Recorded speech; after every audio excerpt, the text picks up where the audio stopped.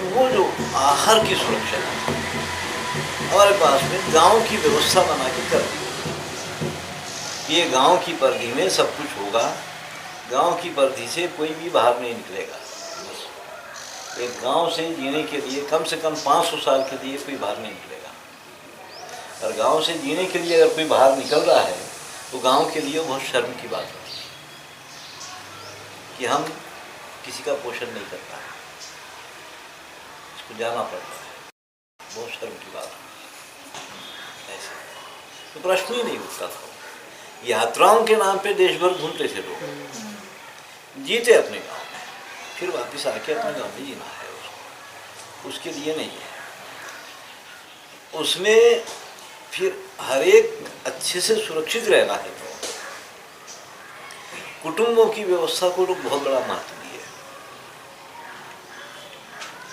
एक कुटुंब की व्यवस्था एक आदमी के 100 साल की जिंदगी की हर समस्या का समाधान होता है। कुटुंब पैदा होने से लेकर के मरने वाला बूढ़ा तक उसमें सुरक्षित है। परिवार में ये नहीं हो सकता। कुटुंब में संपत्ति कभी बिकती नहीं है, परिवार में संपत्ति बिक जाती है। हमारे पास जो कुटुंब की व्यवस्था थी उसमें बहुत बूढ़े, बहुत जवान, बहुत बच्चे, ये सब होते थे, है ना। पैदा होने वाले बच्चे से लेकर के मरने वाला बूढ़ा तक उसमें पूरा सुरक्षित रहता था। उनके लिए ना वृद्धाश्रम की जरूरत होती, अगर एक विकलांग हो जाए तो भी निप जाए, और एक मानसिक रोगी हो पैदा वो भी उसमें निकल जाए, उसकी भी बराबर इज्जत होना है, उसका भी सब होता था बराबर से। उसके लिए कोई अलग व्यवस्था की जरूरत नहीं थी, है ना। वृद्धाश्रम बुढ़ों के लिए अलग व्यवस्था की जरूरत नहीं थी, विधवाओं के लिए अलग व्यवस्था की जरूरत नहीं होती थी। अगर कोई बच्चे है, विकलांग है या मानसिक रोगी है, उनके लिए अलग, वो सब नहीं। बस एक घर, एक कुटुंब में ये सब बहुत आसानी से, ऐसी बहुत समस्याओं का समाधान होता था पूरा। उसमें बूढ़ों को कभी, अब हमारा घर है, हमारे घर में 35 लोगों का खाना पड़ता था। बहुत बच्चे थे, बहुत बूढ़े थे, बूढ़े बहुत थे हमारे घर में। इसलिए शुरू से हमारे घर में नमक, मिर्च, तेल बहुत कम चला। बूढ़े बहुत थे, बच्चे बहुत थे। 12 बच्चे थे घर में, हम सब भाइयों की। तकरीबन इतने ही बूढ़े थे हमारे ना। ताया, ताई, फूफा, बुआ, वो मामा, ये सब थे बीच में, सब बुजुर्ग लोग थे। और हमारा बूढ़ा, हमारे घर के बूढ़े कोई भी 98-100 साल से कम में नहीं गुजरे।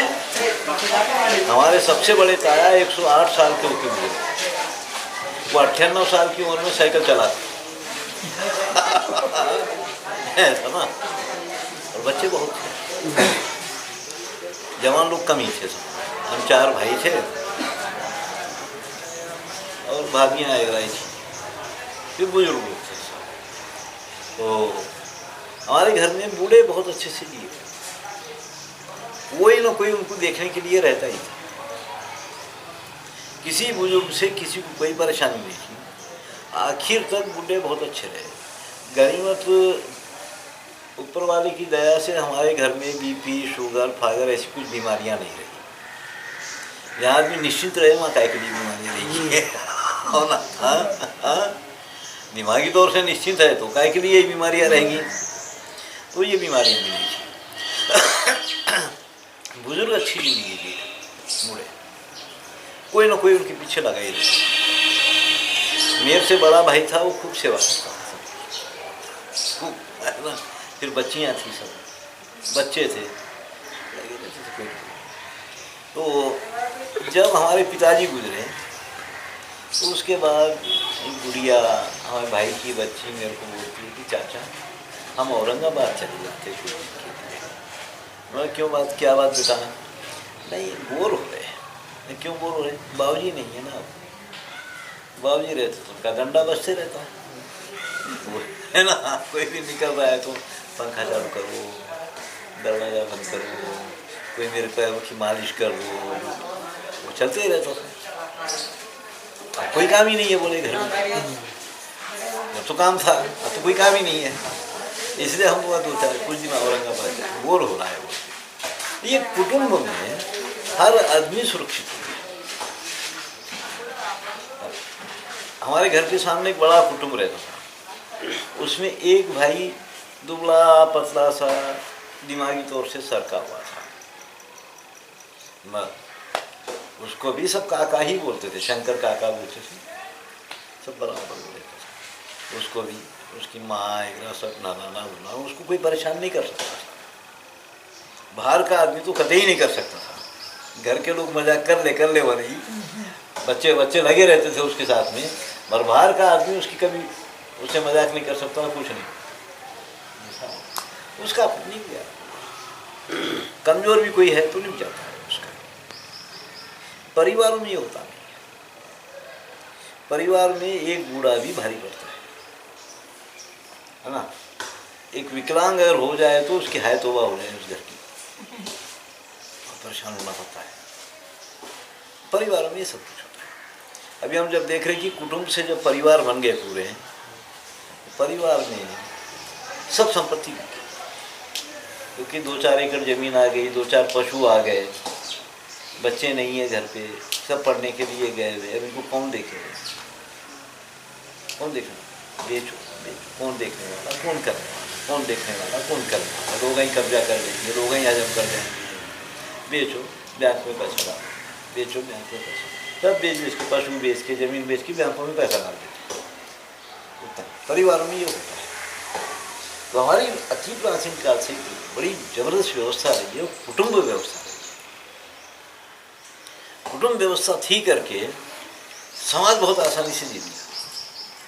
वहाँ ना हमको गौशालाओं की जरूरत पड़ी, ना वृद्धाश्रमों की जरूरत पड़ी, ना हॉस्टलों की जरूरत पड़ी, ना छात्रावासों की, किसी की जरूरत नहीं। एक कुटुंब में सब बहुत आसानी से सहज निकल जाता है। परिवार होने के बाद हमारे पास वृद्धाश्रम आज बहुत बड़ा धंधा है, विकलांगों के लिए वो एक बहुत बड़ा धंधा है। बहुत संस्था, बहुत NGO के लोग लगे हुए मानसिक रोगियों के लिए काम करने के लिए, वो एक बहुत बड़ा धंधा होकर के है।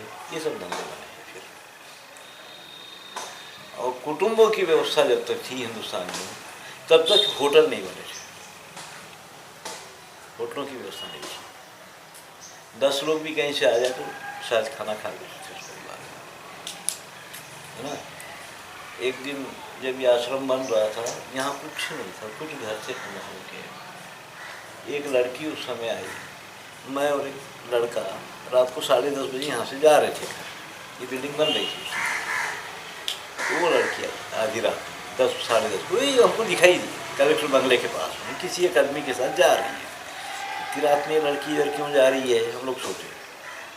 मगर हम जाके अपने घर के सामने ही आश्रम था, वहाँ जाके बैठे ही यहाँ जो बुजुर्ग आदमी था, ये वो लड़की को लेके आया कि मेहमान आए हैं करके।